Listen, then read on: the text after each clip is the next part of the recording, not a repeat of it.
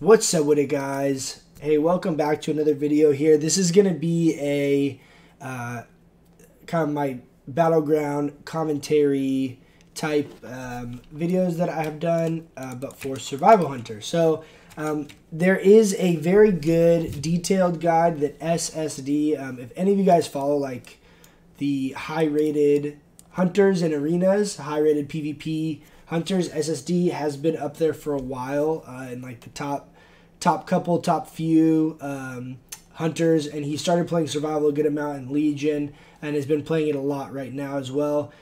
He's like in the top 3 right now. They kind of keep bouncing around depending on who has a good night in arenas and what else. But he did a full, like, very detailed guide. So if you want more of a guide, I really just suggest go checking out his, because everything he has is very good, and he's a high level player. So lots of good info over there if you want some more of that. But this is the talent setup that I've been running. What he's been running is slightly different than this. But basically the alternatives, you can run Viper's Venom if you like it.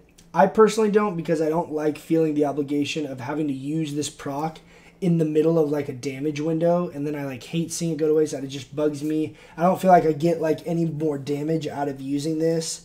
And I get a lot of double procs, and anyway, so I'm just not a huge fan of the RNG component of this trait.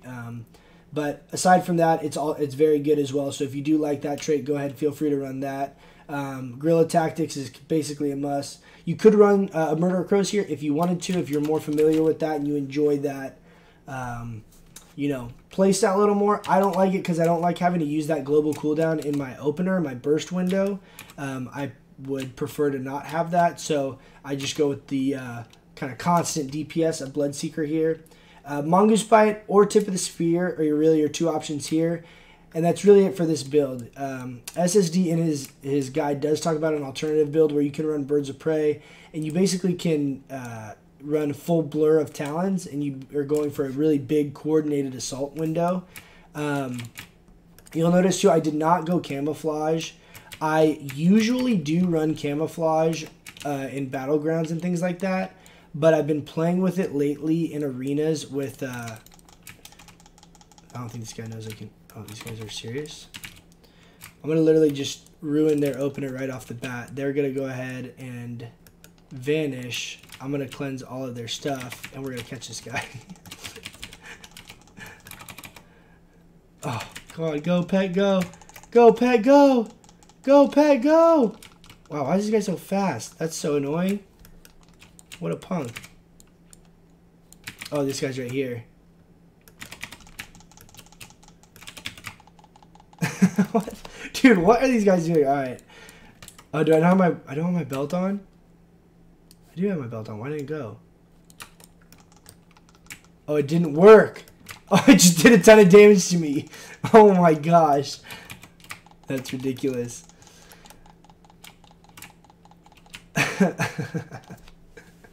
But yeah, so you can run an alternative build where you go Blur of Talons and basically just try and have these really long, big, coordinated assault windows, which actually is a really cool concept. And when he went through and explained it, it made a lot of sense, and I can see it being a pretty fun play style. And the other thing that's cool about it is you could run that for PvE, like Mythic Plus stuff, because the Bird of Prey talent also works off of Carve and Butchery. So like for me personally, I prefer running Butchery in a lot of the Mythic Plus content because there's so much AoE. So you could basically have just like coordinated assault up for like the entirety of like most every pull. Anyway, it's a cool idea. So I don't have the traits for that with any of my higher eye level gear to be able to really test that out. So for that reason, I don't know if it's good. I haven't personally played it, but if you guys are looking for kind of an alternative build. Now, one thing I did want to mention about the traits, the Azurite traits, because I think this was like the most significant part of what I had kind of figured out, is I had initially, before he even actually came out with the guide, it was literally coincidentally the day before that he posted the guide, I had armoried him to see what hunters were running at high rating regarding Azurite traits and things like that, and came across his profile anyway. And how did that not catch him? I don't understand. Okay, so I'm gonna go ahead and I don't know. I'm going to feign. I'm going to heal myself. I'm going to die here anyway. Boomkin, everyone's just on me. But I had armoried him anyway to see what traits he was running, and I've looked up his stuff a good amount over, you know, the last like year or so probably. Oh, we got a battle res. What? Oh, hit me with that battle res. Anyway, so I've already known who SSD was prior to that, and then he was running Venomous Fangs. So if you guys look, Venomous Fangs is basic. He's gonna. Dude, that guy's so pissed, I bet. That's hilarious. I don't know if you saw what he did. That priest was super low. He turned over to the rogue, life swapped the rogue, so then the rogue basically had like 2 health, and then I turned to the rogue and killed the rogue right away. I'd be pissed, man. What the hell, bro? You killed me. And so Venomous Fangs is a trait that your pets, it says pets basic abilities. So people are confusing basic abilities with basic attacks. Basic attacks are auto attacks, right? Basic abilities are considered your pet's abilities. So like claw, bite. There's a couple other ones, but they all basically do the exact same thing. They just have different names. So the basic abilities, meaning claw and bite, things like that, it increases the damage of those abilities when your target is affected by Serpent Sting. So your target should always be affected by Serpent Sting. So let's just assume that it's just going to increase your pet's basic abilities. So if you look right now, as of the time that I've started running this trait, so I have this trait on 2 pieces of my gear. Okay? My rotation, generally, my opener is Serpent Sting into Kill Command, okay? Kill Command does basically creates your pet, it makes it your pet charge, right? And it also does a Kill Command, obviously the damage of Kill Command, but it does not proc the global cooldown of your pet. So if you do your Kill Command, like I have Claw macroed into my Kill Command. So if you watch down here, I know it's going to be small right here at the very bottom of the screen, but you can see like when I can basically sit there and spam Kill Command, and he does the bite as soon as he gets in range of the target. I have it macroed also with like Savage Roar and stuff for the Mortal Strike debuff and things like that. But he basically ends up opening with a Kill Command into a Claw. And if I have Serpent Sting on the target, that Claw then is hitting hard. And if you guys read the tooltip of the pet's abilities, it does 100% damage if your pet is above 50 focus. It basically costs twice as much focus, but does twice as much damage.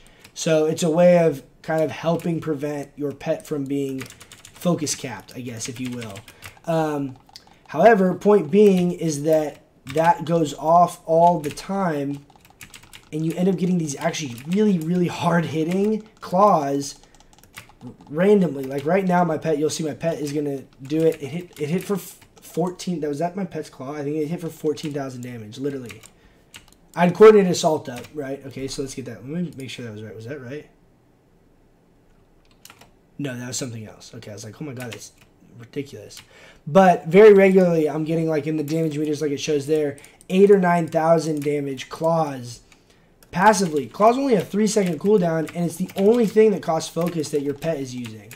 So again, I have it macroed into my Kill Command. So in situations where and I might actually end up macroing it into my Mongoose Bite too to see if that helps with like the actual quantity of uses throughout games. I haven't tried that yet, but it might be worth a try because my rotation is basically Serpent Sting into Kill Command, and then Mongoose Bite, Kill Command, Mongoose Bite, Kill Command, Mongoose Bite. You kind of go back and forth, right? And I'll throw in my bombs usually before that, before I start my Mongoose Fury, assuming it's like a burst window. But just kind of like your general rotation, and then you obviously are just throwing bombs as they come up. Ideally, trying to maximize the value, like make sure you have Serpent Sting up if it's the green bomb. Make sure you have enough focus to get 3 Mongoose Bites up if it's the blue bomb. And then usually I'll wait until I'm low on focus, use the red bomb, and then do like 2 or 3 kill commands in a row. Things like that to try and be just efficient with the nuances of those abilities. This was stupid. I didn't think this guy was just going to keep running. I was just wasted, so boring. Just watch me run around. But yeah, so the other couple things that are really important about this trait is that it doesn't require you to be full up on the target in order to get the value of the damage from this trait. Now, I'm not talking about like straight PvE DPS type situations, obviously. I'm talking about realistic PvP arenas, things like that. We're just like stomping them now. They just give up. Where is everyone? We have 10 players. Where are they? But the reality is that you basically end up always having kind of two scenarios you're in, right? You have either an offensive, like full aggro mode that you're in, trying to get kills, trying to do damage, or you get in situations where you're trying to kite, you're trying to survive, right? So in those situations where you're trying to kite, you're trying to survive, if you have to get away from the target, you don't have your aspect of the eagle up for your mongoose bites at range, your damage is basically bombs, serpent sting, and then kill command, I guess, like if you want to use it for that. So in those situations, you're kind of getting gimped on your damage if you're running stuff like triple of the wilderness survival traits or even latent poison, right? Like if I've had a lot of times where I'm using latent poison, I'm like, you know, tabbing to a target or whatever, and I use it, but then I don't swap back to that target in time to consume the debuff to actually utilize that damage. So latent poison I know is the more like meta one that everyone wants and everyone was trying to run.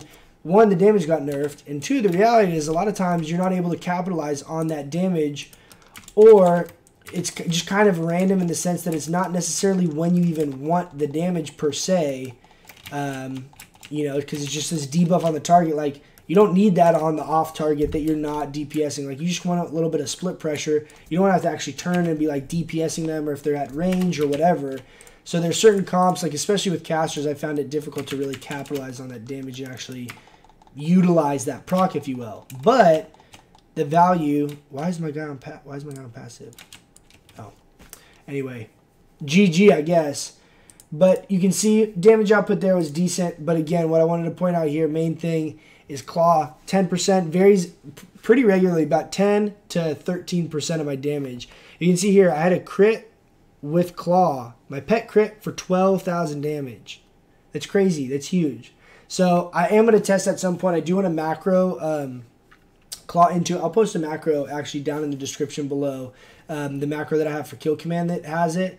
And I'll probably do the same thing with Mongoose Bite. For those of you guys that don't know, your pet does have a global cooldown, but it is not the same global cooldown as your global cooldown. So if you actually get really good where you have a lot of key clicks going per minute and things like that, where you're really kind of processing information quickly, you can kind of start micromanaging your pet to some extent.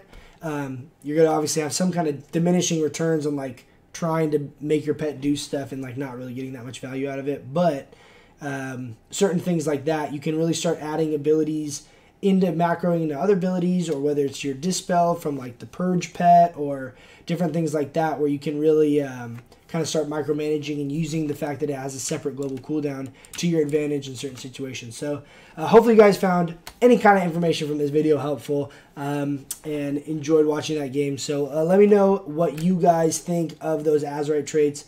If any of you guys are playing survival, I know a lot of the original OG hunters are not a huge fan of survival. I really like how different of a playstyle it is. Let me know if you guys are playing it, if you guys are having fun, what kind of traits or what are you guys doing that's mixing up the meta a little bit and you're having success with. So thanks for tuning in, guys, and I will catch you guys in the next one. Peace.